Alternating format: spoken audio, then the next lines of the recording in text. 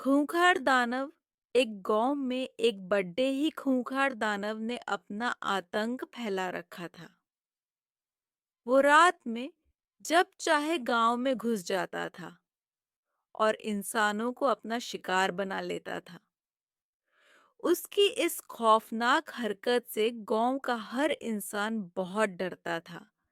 इसलिए उसके आतंक से छुटकारा पाने के लिए सारे गांव वाले इकट्ठे हुए। काफी देर तक बातचीत करने के बाद भी गांव वालों के पास कोई समाधान नहीं निकलता।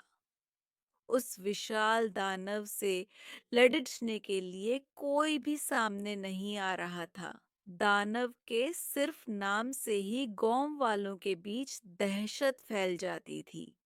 इसलिए उससे टकराने की हिम्मत कोई भी जुटा नहीं पा रहा था। बिना किसी समाधान के ही सारे गांव वाले अपने अपने घर निकल जाते हैं। रोज की तरह खूंखार दानव गांव में आता है। उसकी आहट सुनते ही सब अपने अपने घरों के दरवाजे बंद करके छुप जाते हैं।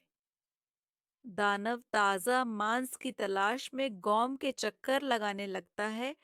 तभी उसको इंसानी मांस की सुगंध आई। इंसान की सुगंध सूंघते सूंघते दानव जंगल की ओर निकल जाता है। वहां जाकर वो देखता एक आदमी पेड़ के नीचे सो रहा है। उसे देख दानव बहुत खुश होता है। इतने में वो आदमी उठ जाता है और अपने सामने इतने विशाल दानव को देखकर घबरा जाता है और अपनी जान की भीख मांगने लगता है।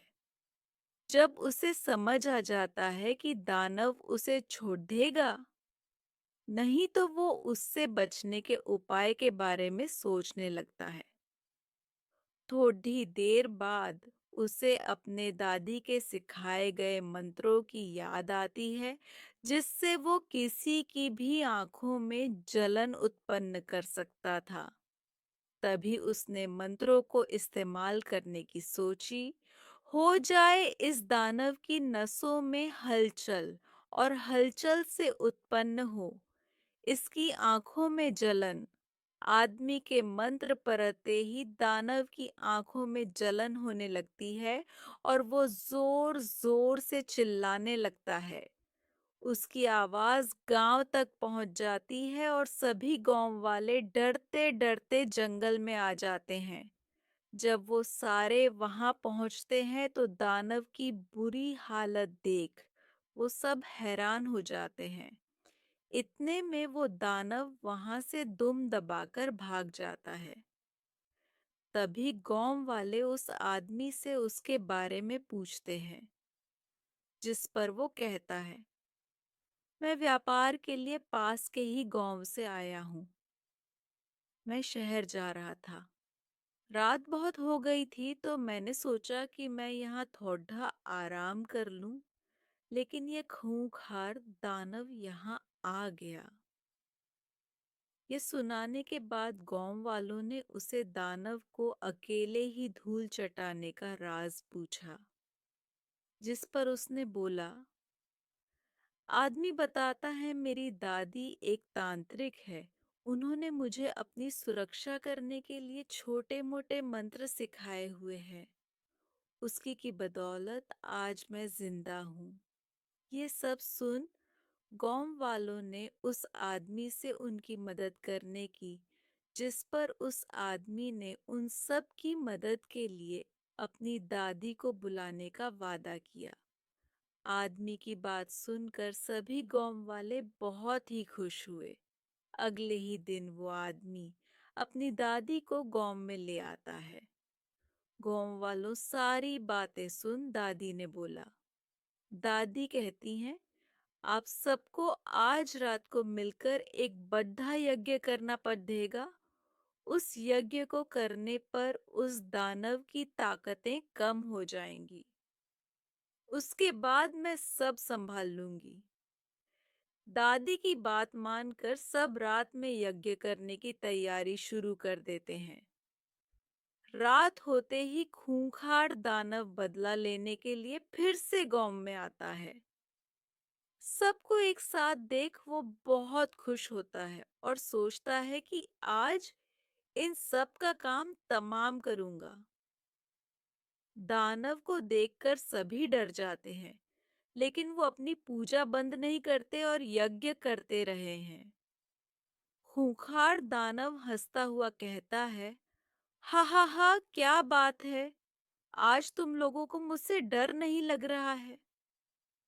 हा हा, कोई नहीं, जब मैं एक एक करके तुम लोगों को खाना शुरू करूंगा, तब तुम लोगों को पता चलेगा।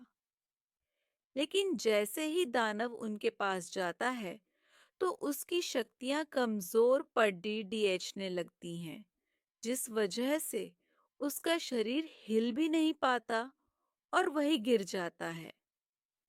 इतने में दादी वहां आकर दानव को वहां से चले जाने के लिए बोलती है, लेकिन दानव गांव छोड़ाने के लिए साफ मना कर देता है और सांप से बदला लेने की भी धमकी देता है, जिस पर दादी उसे बोलती है,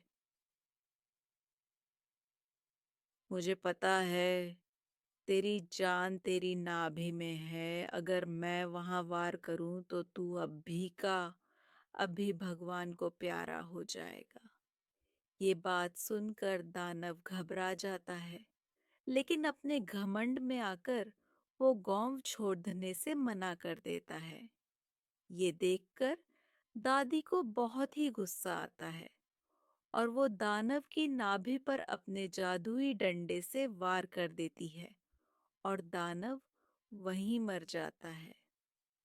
ऐसे दानव अपने घमंड में चूर होकर अपनी मौत को खुद ही आमंत्रित कर देता है।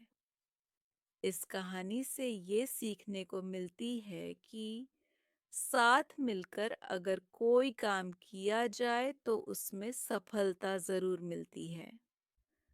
Thanks for watching my YT Stories and Tales channel.